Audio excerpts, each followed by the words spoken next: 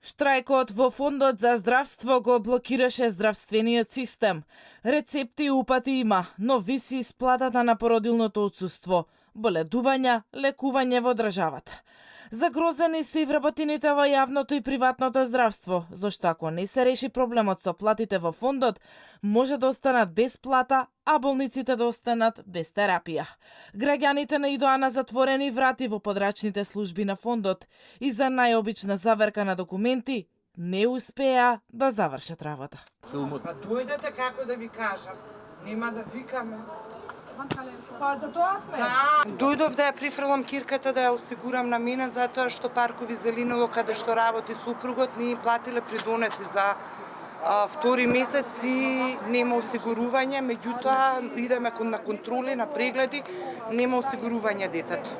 Ете за тоа сум дојдена. Јас дојдов за да заверам ова за протези, мислам, за помагала.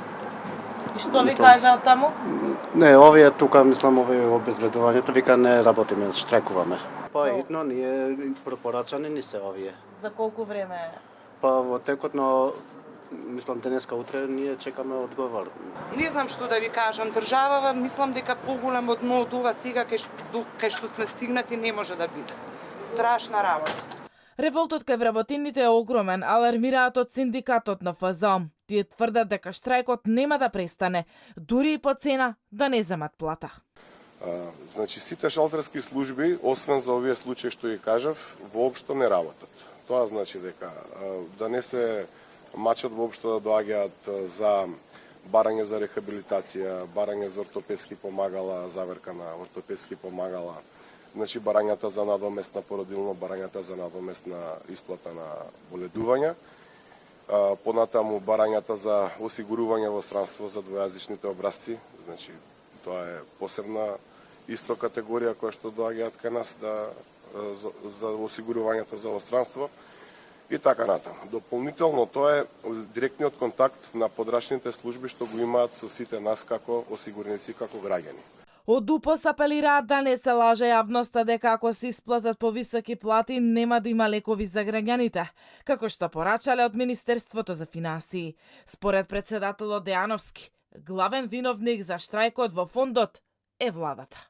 Апелираме до владата на утрешната седница на која веќе пратевме допис до техничкиот премиер господин Ала Џафери да отвори точка на дневен ред да се разгледа оваа наше барање, како што донесува заклучок со препорака управниот одбор да ги намали платите, да донесат нов заклучок со препорака да остане истата вредност на бод, тоа е 77,16 денари, таа вредност да бод да биде до крајот на оваа година. Вработените во фондот штрајкуваат затоа што од 9 јануари со препорака од владата се бара да им бидат намалени платите за 21%.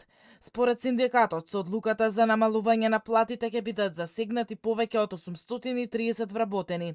Иако има намалување на платите, 25% ќе добиваат плата под минималната, а 25% колку минималната плата.